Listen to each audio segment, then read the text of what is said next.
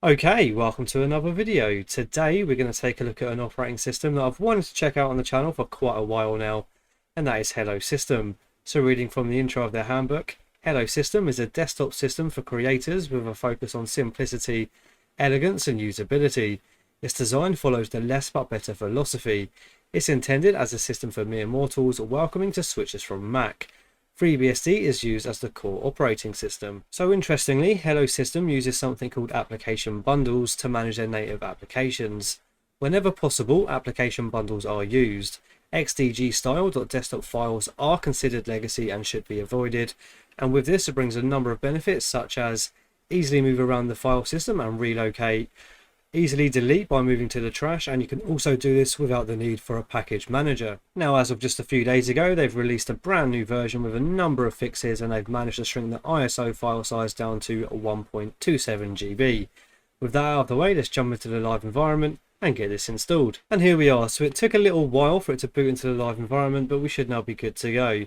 So we are going to be installing this natively, but as per usual, for those of you who like to skip the installation parts of these videos, there'll be a timestamp down below which will take you straight to the installed desktop. And here we are with the installation. So first things first, we're going to press continue. So we've got the license here, so we're just going to press continue for now. And now we're going to choose which drive we're going to be installing it onto. And we're going to use the Drevo X1 SSD. So this would erase all content on the disk and install the FreeBSD operating system. Do you want to continue? We do indeed. Next.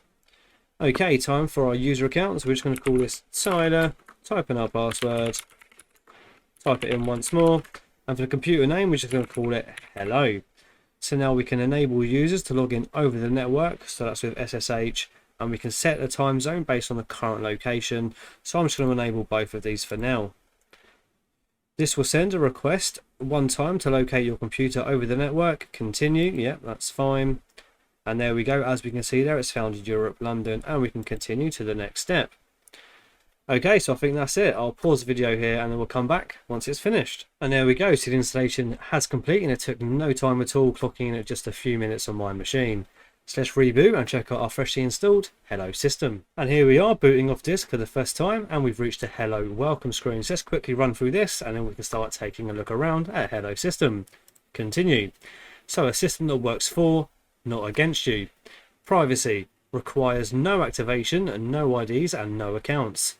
It does not spy on you and blocks tracking and ads by default. Comes with peer-to-peer technology built in, e.g. for receiving remote assistance. Freedom. Lets you load software without restrictions. No signatures, sandboxes and notarizations. Makes it easy to modify applications. No hardware vendor lock-in. Designed to run on machines that are no longer supported by the manufacturer, with operating system updates. Security. Built-in end-to-end encryption where possible and has full source code available for verification. So that all sounds very cool. Continue.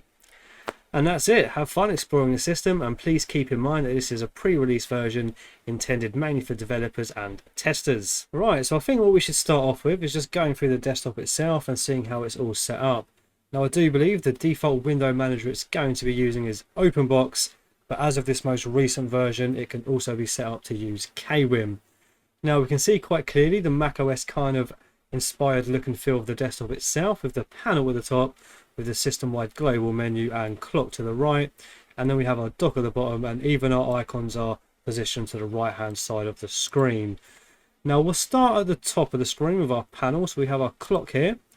So clicking on it doesn't really appear to do anything, and that's with left and right clicks, although it has actually activated the search bar. So I guess clicking any free space on the panel will then go ahead and open up your search bar, which we'll have a look at in just a moment. And then we have our global menus. We've got nothing open at the moment as far as applications, so we can just jump straight into About This Computer, and we can see that we are using FreeBSD version 12.2. Okay, now the dock itself, it doesn't appear to have any sort of right click options to edit the dock, but if we click on an application we can choose to remove that applications icon from the dock. So I'm going to imagine it's the same. If you've got a new application open, you can right click and then pin it, but we'll test that out in just a moment. Now right clicking on the desktop will let you create a new folder, so we have full desktop kind of icons, so like so. And then we have our new folder right there, and now we can just right click that and delete it by moving to trash. And now if we go ahead and open up our trash, there's that new folder that we have just created. So let's go ahead and delete that now to completely empty it from our system. Yes. Okay, now we can also go straight into the desktop preferences here as well. So here's where you can change your wallpaper mode. So we're currently stretched to fill the entire screen. Then you can fill with just a background color, stretch to fit, center and tile. And then just beneath it is where you can actually choose your own background image. And there is the color selector as well as the label text. And then in the advanced, we have the window manager, show menus provided by window managers when desktop is clicked. And then we can change the location of the desktop folder itself. Okay, cool. Let's close that one off. So what I want to do is just open up a couple of applications and see if we have side-by-side snapping by dragging it to the other sides of our screens. So we don't appear to, so let's close that off. Now while we've got nothing open, if we open up the tool section, we can also open the terminal straight from the global menu by either clicking that button or as well as pressing F4 will do the same thing. Now we can also go to help and about, and now let's test out this search bar. So I'm not too sure what our actual file manager is called, so we're going to test this out with the web browser which is installed out of the box, which is Falcon. And as you can see, it's just dropped a little label down below letting us know that Alt and Space will activate the search bar for us as well. So let's go ahead and test this out with Falcon now. And there we go. It's going to go straight to the Falcon application. And while we're in here, let's just type in something like file and see what options that gives us as well. So it gives us some applications options to find the Android file transfer tool with MTP. Or we can also get info or go into tool and find files itself. Okay, that's very cool. Let's close that off. And then we also have the option to find files here using Control and F. So I think what we should probably go ahead and do is have a look at some of the default applications installed out of the box and then start playing around with things. So pressing on system, we've got all of our applications categories, and then hovering over them will then expand it to show you the rest of the applications inside that category. So in just applications, we have Falcon, which is of course our web browser, Featherpad, Elector and QPDF View. Now in 3D printing, we have FreeCAD, Prusa Slicer, Ultimaker Cura. Now the last time I checked out helloSystem in a virtual machine, a lot of these applications weren't actually installed, and I'll show you just what I mean in a moment. Now for audio, we have Audacity and LMMS, which is like a digital audio workstation.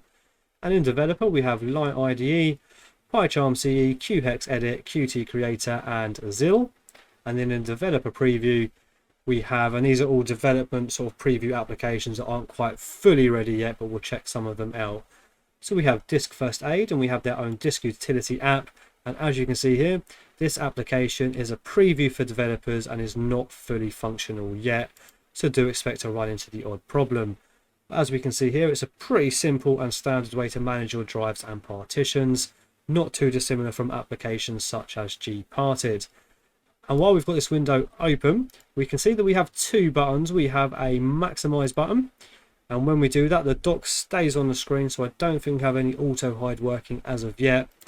And then the other button is just to close. So we have no minimize button, so I'm going to imagine what we're going to do to minimize it is click the applications icon on the dock, and then that's going to go ahead and sort of put it back there, and then clicking it again we can then restore the application, and there's a nice little sort of fades transition as it comes back and repaints the window. Now as we've got the disk utility open, let's right click on it and see how easy it is to pin the application to our dock. So as you can see there, we can now keep disk utility in dock like so, and now when we close disk utility we can then just relaunch it straight from within here. However, we appear to have run into a problem with that, so we could not launch the applications developer. Okay, that's interesting. So let's just remove that from our dock for now then, and we won't worry about that right this second. Now as well as disk utility, we have energy saving. Let's have a quick look at that. Again, it's giving you the warning about being a developer preview. And here we can see just a very simple application to slide to a different time interval to choose when to turn your display off. Very simple stuff. Let's close that off and see what else we've got in developer preview. We then have our network. We have a screencast tool. Let's have a look at how this one works. Again, we've got the warning. Okay, so it appears that this little icon right here is the recording, so we can click or right click, and it's going to give the option to start or just straight up quit. So let's test it out of a start. So it doesn't appear at the moment to be giving us any indication that the recording has begun.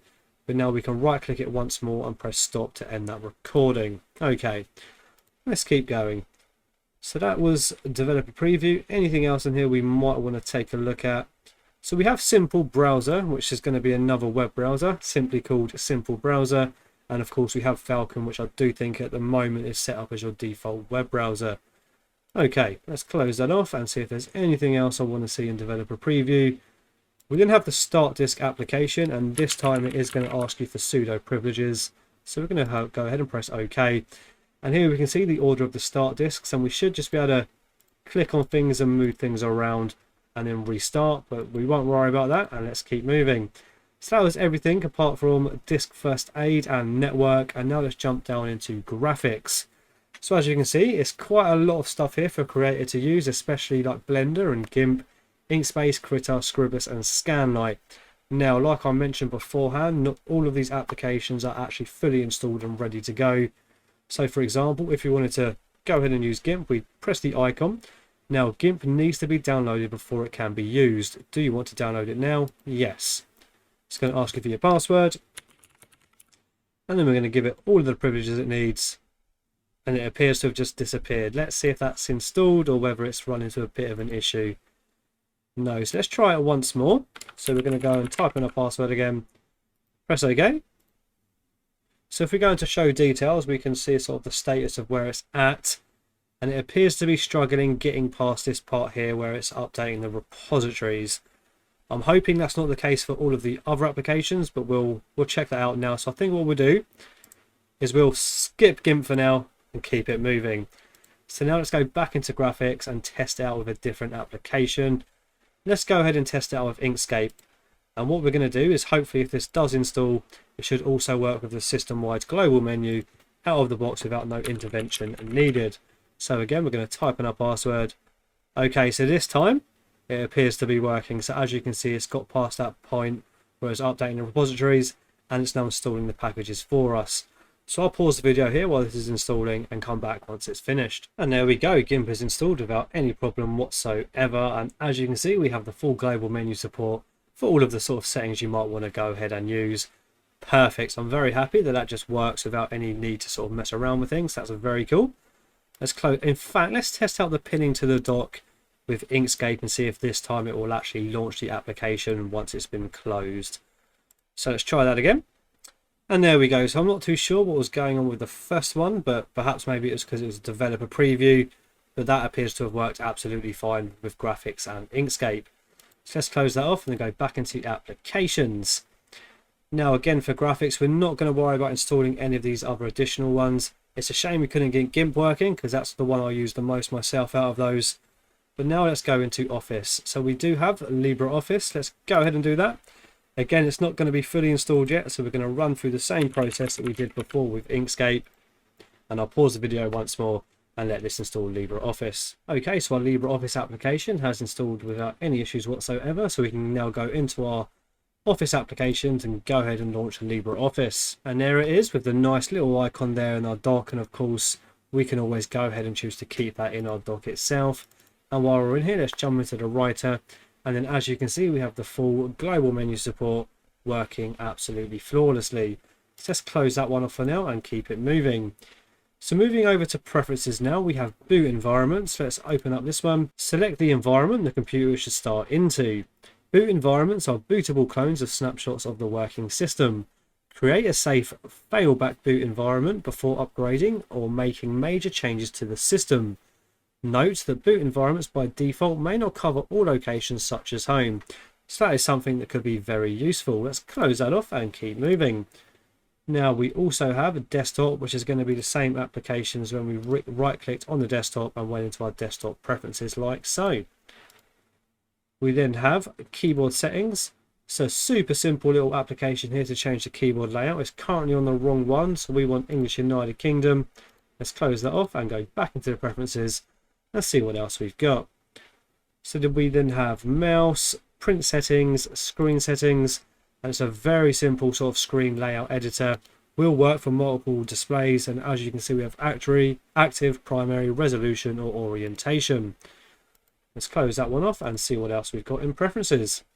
We then have sharing, which if you remember during the installation part of this video, we set up the sort of remote access with SSH with our computer name of hello, but here's where we can also disable it, and we could also enable screen sharing from this simple little application called sharing. We then have shortcut keys. Let's go ahead and open that, and here is all of your shortcut keys to let you know the keyboard shortcuts to open certain things. So for example, Control Alt and A is going to open up your applications in the actual folder view, which we will get into in just a moment as well. So we'll close that one off for now. But there we go, there's all of your sort of keyboard bindings that you might want to go ahead and check. Let's close that off and keep moving in preferences. We then have sound, users and wireless networks. Next up we have the utilities. So we have the Android file transfer, MPT, build notify, calculator, and I do believe it's a super simple little calculator. There we go. But it does fit and themes nicely with the rest of the system. Now let's go back into utilities, and again the calendar I do believe is a similar story, super simple calendar application. Now what else have we got in utilities? So we can create live media, we have a hardware probe, help, logs and Q terminal is your default terminal, and like we said at the beginning, we can just close that off and access the terminal anytime we want by pressing F4, or just going into our global menu, going to tool and then opening up open terminal. What else do we have in our utilities? So we have the remote assistance application, and then we have sticky notes and zero comps. Now sticky notes by default has the little welcome message here from helloSystem, and if we can have a look now in the top panel, we have this little sort of collage of different notes, and if we click on that with a right click, we can then do a new note, toggle activities, show all or reset positions, etc. We'll quit that off for now and keep it moving. Now in video we have OBS Studio and Shotcut. Now I don't think either of these are installed, but I think what we will do is install OBS and test it out with a screen recording and see if we run into any issues. Right, so we've got OBS installed, so we're going to do a quick little recording test. I don't think it's going to be super smooth though. I can already see it's dropping frames without anything really happening. So we've added a screen capture and it should start to save the file on the desktop. So let's press start record, and there's the .mkv file. So that is recording. Like you can see though, performance wise it isn't amazing, but again all very new stuff here. So let's just move the window around a little bit. And now let's go ahead and stop that recording and then double click on this and see what it opens it up with. Okay, so it's opened up the video file with MPV, but minus the sort of frame skipping there, it does appear to be working out of the box with OBS doing a simple screen recording. We can see a little bit of screen tearing there as well, so you might want to mess around with your sort of drivers and exorg files to get rid of any screen tearing that might be present on your system. But there we go. So let's go ahead and close up FreeBSD, and what we're going to do now is have a little run through of the sort of file manager and the application folders. Now if we go back into our global menu under system, where we can find all of our applications listed with the categories here, what's cool about this is, as well as being able to launch all of our applications from here, each of these categories is interactable. So with a single left click, it's then going to open that up into our file manager, and we can browse and sort of manipulate the applications as we see fit from here. And actually this little icon on our dock here as well for preferences, clicking that will do the same thing, but then take you into the preferences folder, which is this one there. So now if we close preferences off, we'll see we've got a few applications that aren't in any directory at all. And we can actually go and right click on that and open in a new tab, because each of these applications are more like folders of everything you need. So as you can see there, it's falcon.app.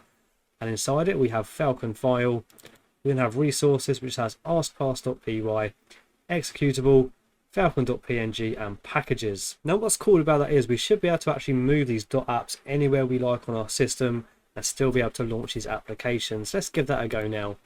So we're going to do it with Falcon, so we're going to do a right click and go to copy, and we're going to paste it straight onto our desktop like so. And now we're going to just do a double click test and make sure that is going to go ahead and then open up our web browser. Perfect, from the new location of our desktop. And to manage your auto start applications, as you can see in the applications folder, we have a folder here called auto start. So much like all of the other applications we've checked out, we can just do a right click and go and open a new tab.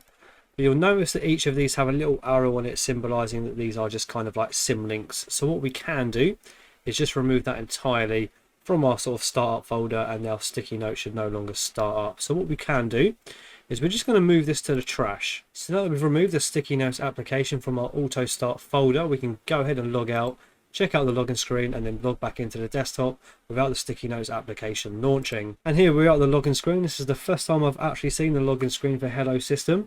Very simple, not too much here going on. So we've got our username input box, and now we can also go into the password and get back into our desktop, and we should see that the sticky notes application no longer starts up. Not to worry though, it's not like we've removed the actual application itself. All that we have gone ahead and done is removed a link. So if we go back into utilities, we can see that we can still launch the sticky notes application without any issues. So I think that is where I'm going to wrap it up with my first proper look at helloSystem based on FreeBSD. All in all, I've really enjoyed it. Now I do really like the idea behind this operating system. Now I know it's still very early days and there's a lot more that needs to be done before this is ready to really be a sort of main operating system, but I definitely think the potential's there, and I like the fact that one of the main focuses is sort of simplicity and keeping things quite simple and easy to understand. I do think this is one that will make Mac users that are making the switch feel a lot more comfortable as well. Now if you're going to give it a go yourself, I do recommend just going through the handbook a little bit to get yourself sort of prepared for the way the system does work and operates. But other than that, thank you for watching. If you've enjoyed this video, please subscribe. And if you've really enjoyed it, you can support me on Patreon. Join the Discord. There's a link in the description below. I'll see you on the next one. Bye bye.